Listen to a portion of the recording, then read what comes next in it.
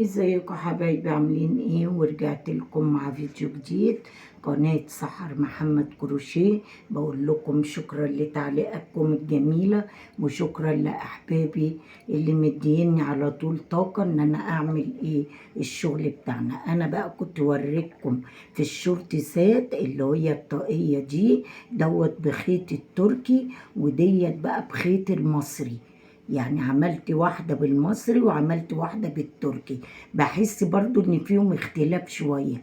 يعني عندكم الخيط التركي بتبقى الفتلة بتاعته ناعمة كده غير المصري برضو، بس كل واحد ايه على قد برضو ايه امكانياته. هنعمل بقى الطاقية دي مع بعضينا ونشوف احنا بنعملها ازاي. انا هعمل عينة بس اهو، بسيب حتة خيط على الجنب كده، بلف الخيط بتاعي كده، ببدأ أدخله أعمل قفلان غرزة البداية. بتشد الخيط على جنب على قد دخول سن الإبرة أهو. خلاص بمسك كده، أنا هعمل عينة صغيرة. هعمل 1 2 3 4 5 6 7 8 9 10 11 12 13 14 15 16 17 18 19 20.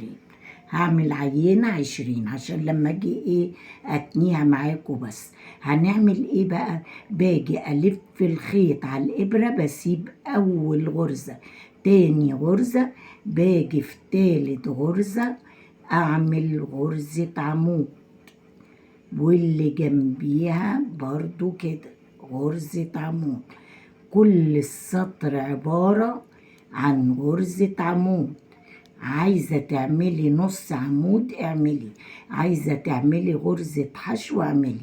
انا بعملها لكم زي ما انا عاملة الطاقية دي، ودي زي الطواقي دي عاملاها بغرزة العمود.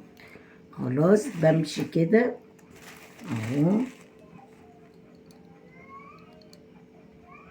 في كل غرزة اهي، كل سلسلة بعمل عمود بلفة.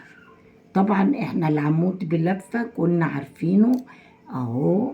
بلف الخيط على الإبرة بدخلها كده، بتبقى معايا 3 على الإبرة.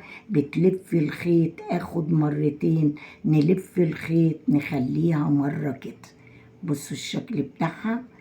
طبعا بتني اعمل اهو لاخر السطر اهو، اعمل غرز عمود بلف. عايزة تعمليها غرزة حشو برضو بتبقى جميلة.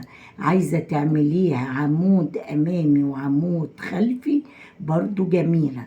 ما انا اوريكم اللي انا كنت عاملاها قبل كده كانت عمود امامي وعمود خلفي، بس دي كلها هعملها بالعمود بلفة واحد بس اهو.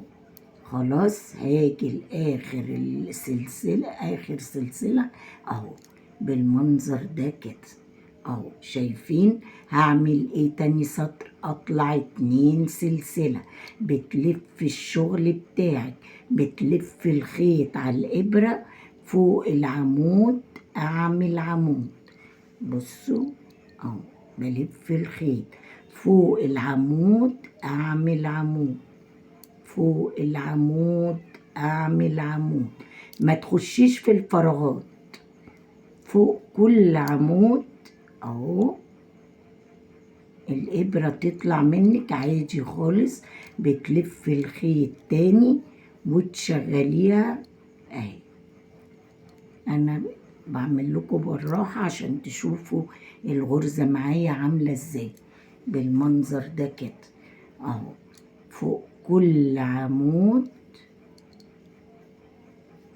غرزة عمود، فوق كل عمود غرزة عمود. بصوا انا بعمل ايه؟ فوق العمود نفسه، فوق العمود نفسه. ما تجيش بقى ايه في الفتحات دي، لا خليها احسن كده فوق العمود على طول اهو. فوق كل عمود اهي بعمل عمود اهو، فوق كل عمود بعمل عمود. طبعا دي قطعة واحدة يا ولاد، يعني ما بعملش فيها، بتني ماشية لغاية طول الطاقية زي ما انا ماشية بالمنظر ده اهو. شايفين اهو؟ خلي بالنا بتبقى الأخيرة دي على جنب شوية، هاتيها برضو اهي. شايفينها؟ ادخلي كده اهي اهي. شايفين اهو بالمنظر ده كده. تالت سطر اعمل سلسلتين برضو نفس القصة، الف الطاقية، اجيب فوق كل عمود عمود، فوق كل عمود عمود بالمنظر ده اهو، فوق كل عمود عمود.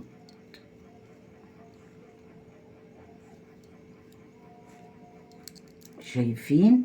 بصوا بقى، عايزه اقول لكم حاجه اهو. بنعمل كده بالمنظر اللي احنا شايفينه دوت، بتني اطلع بالاسطر لغايه مثلا انا عاملاها دي عينه، انا مثلا اطلع لغايه 10 او لغايه 15 عشان اوريكم في الفيديو الجاي ان شاء الله الطاقيه لما بنعملها اهي. نتنيها مع بعضيها ونخيطها على جنب ونعمل الدايرة بتاعتنا بتاعت لو حبيتي تحطي. شفتوا الكور دي اهي اهي، دي كورة شعر، حبيتي تحطي كورة شعر كده اهو بنحطها هنا كده. عايزة تعملي بنفس الخيط برضو اعملي براحتك، ديت بتشتريها من عند الراجل اهي لوحدها كده. عايزة تعملي كورة برضو ممكن ابقى اعملها لك في الفيديو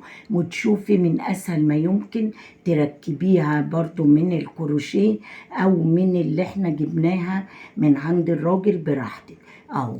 بتقعدي تكملي عادي لغاية ما نعمل الاسطر، وبعد كده اهوت ان شاء الله في فيديو تاني بإذن الله اوريكم بقى لما تنينا الطاقية وعملناها بالغرزة بتاعتها التانية شكلها ازاي. شكرا ليكم وشكرا لاستماعكم، والسلام عليكم ورحمة الله وبركاته.